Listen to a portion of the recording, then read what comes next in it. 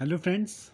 सो आज करते हैं ज्योग्राफी का चैप्टर नंबर 2, क्लास 6। चैप्टर का टाइटल है ग्लोब, अक्षांश और देशांतर। अक्षांश को हम लैटिट्यूड कहते हैं और देशांत को लॉन्गिट्यूड कहते हैं और ग्लोब को हम इंग्लिश में ग्लोब ही कहते हैं। तो ग्लोब पृथ्वी का लघु रूप में एक वास्तविक प्रतिरूप है, ठीक है। एक वास्तविक प्रतिरूप, ठीक है, लघु रूप में, छोटे रूप में ग्लोब कहलाता है। ग्लोब स्थिर नहीं होते हैं, ठीक है। एक सुई ग्लोब में झुकी हुई अवस्था में स्थित होती है जिसे अक्ष कहा जाता है। क्या कहा जाता है फ्रेंड्स? अक्ष, ठीक है। ग्लोब पर वे दो बिंदु जिससे होकर सुई गुजरती है उत्तर व दक्षिणी ध्रुव है, ठीक है। नॉर्दर्न हेमिस्फीयर और साउदर्न हेमिस्फीयर, ठीक है। एग्जाम्पल के लिए ग्लोब है तो ग्लोब का ये वाला पार्ट नॉर्दर्न हेमिस्फीयर और सबसे नीचे वाला साउदर्न हेमिस्फीयर। तो ध्यान रखेंगे। ग्लोब को इस सुई के चारों ओर पृथ्वी की भांति पश्चिम से पूर्व की ओर घुमाया जा सकता है, ठीक है। पश्चिम से पश्चिम की तरफ, इधर की तरफ, और पश्चिम से पूर्व की तरफ घुमाया जाता है, ठीक है। ग्लोब को इस सुई के चारों ओर पृथ्वी की भांति पश्चिम से पूर्व की तरफ घुमाया जाता है, ठीक है। तो पृथ्वी हमारी कैसे घूमती है? इस तरह से, ठीक है। इस तरह से चक्कर लगाती है, वेस्ट टू ईस्ट, ठीक है। ईस्ट किधर को है? इधर को है। और वेस्ट किधर को है? इधर को है, ठीक है। तो इसने कहा है कि पश्चिम से पूर्व की तरफ, तो सॉरी थोड़ा मैंने गलत बता दिया था, पश्चिम इधर है और पूर्व इधर को है, तो ये ऐसे घूमती है, ठीक है। पश्चिम से पूर्व की तरफ इस प्रकार से, ठीक है। ये कौन सा है? ये वेस्ट साइड है और इसको ईस्ट कहते हैं। तो इस प्रकार से हमारी पृथ्वी घूमती है पश्चिम से और पूर्व की तरफ। तो आगे देखते हैं। ग्लोब को इस सुई की चारों तरफ पृथ्वी की भांति पश्चिम से पूर्व की ओर घुमाया जा सकता है। काल्पनिक रेखा भी ग्लोब के दो बराबर भागों में बांटती है, और जो काल्पनिक रेखा है, ठीक है, और इसे विषुवत वृत्त कहा जाता है, इक्वेटर कहा जाता है, ठीक है। ग्लोब के बीचों बीच में एक लाइन है, ठीक है, इसको काल्पनिक रेखा माना गया है। जो एक पार्ट जो ऊपर वाला इसको क्या कहते हैं हम? नॉर्दर्न हेमिस्फीयर, और नीचे वाले को कहते हैं हम साउदर्न हेमिस्फीयर, नीचे वाले पार्ट को, ठीक है। तो ये क्या है? जो टू इक्वल पार्ट में बांटती है हमारे ग्लोब को बराबर, ठीक है, नॉर्थ में और साउथ में। और ये बीच वाली लाइन कौन सी है? जो बीचों बीच से गुजरती है, इक्वेटर। हिंदी में इसको कहते हैं विषुवत, ठीक है।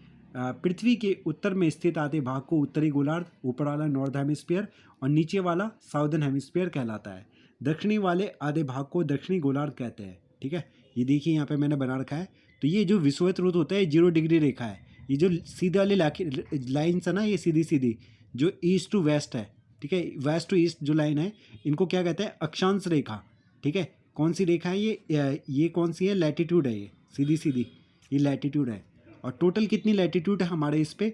181 है टोटल। एक ये वाली है, ठीक है, और 90 ऊपर है और 90 नीचे है, यहाँ से यहाँ तक, ठीक है। तो एक ये वाली हो गई, तो 90 ऊपर है, 90 नीचे, तो 181 टोटल है। और जो नॉर्थ टू साउथ आएंगी उनको लॉन्गिट्यूड कहेंगे।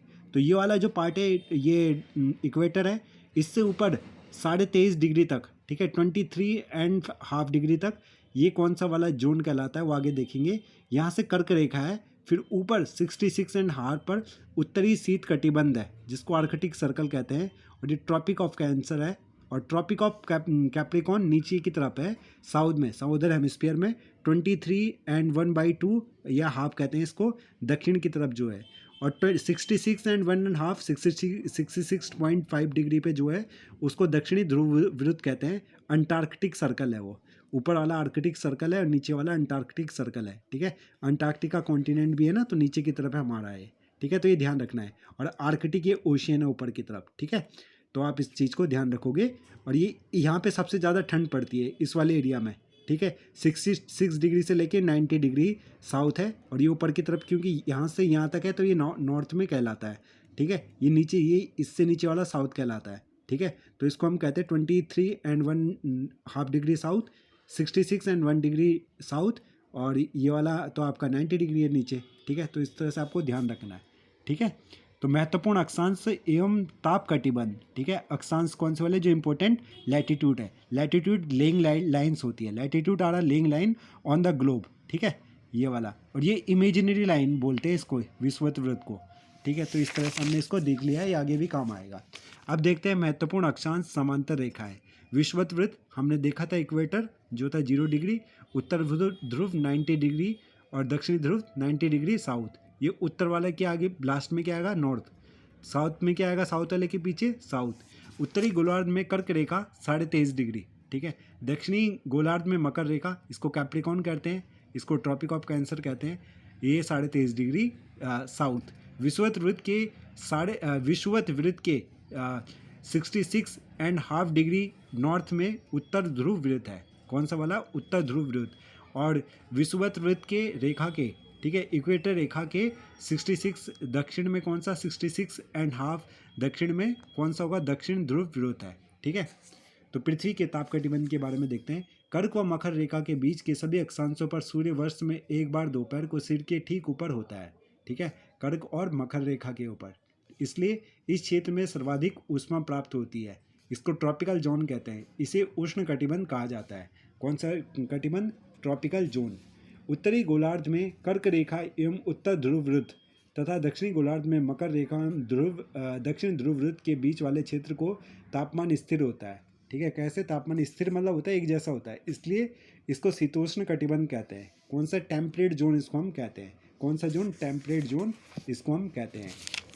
अब देखते हैं तीसरा वाला। उत्तरी गोलार्ध में उत्तरी ध्रुव वृत्त एवं उत्तरी ध्रुव तथा दक्षिणी गोलार्ध में दक्षिणी ध्रुव वृत्त व दक्षिणी ध्रुव के क्षेत्र में अत्यधिक ठंड होती है, इसलिए इसे शीत कटिबंध, फ्रिज जोन कहते हैं। तो ये तीन कौन कौन से जोन थे जो भी यहाँ पे हैं, ये वाला दक्षिण शीत कटिबंध, मकर रेखा और ये विषुवत रेखा वाला, ठीक है। इसी तरह से नॉर्थ में इक्वेटर से लेके ट्रॉपिक ऑफ कैंसर के बीच वाला एरिया जो ट्रॉपिकल जोन है, फिर कौन सा मॉडरेट जोन है, फिर कौन सा है, फ्रिज जोन है, इसको टेम्परेट जोन भी कहते हैं, और फिर वाला फ्रिज जोन ऊपर वाला। आगे देखते हैं, देशांतर के बारे में पढ़ते हैं।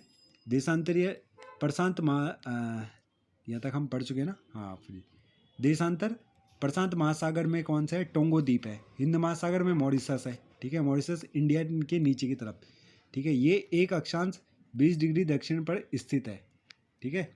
आगे देखते हैं, ग्रीनविच लाइन कौन सी है, जहाँ ब्रिटिश राजकीय वेधशाला स्थित है से गुजरने वाली यामेतर, ठीक है, से पूर्व और पश्चिम की ओर गिनती शुरू कीजिए।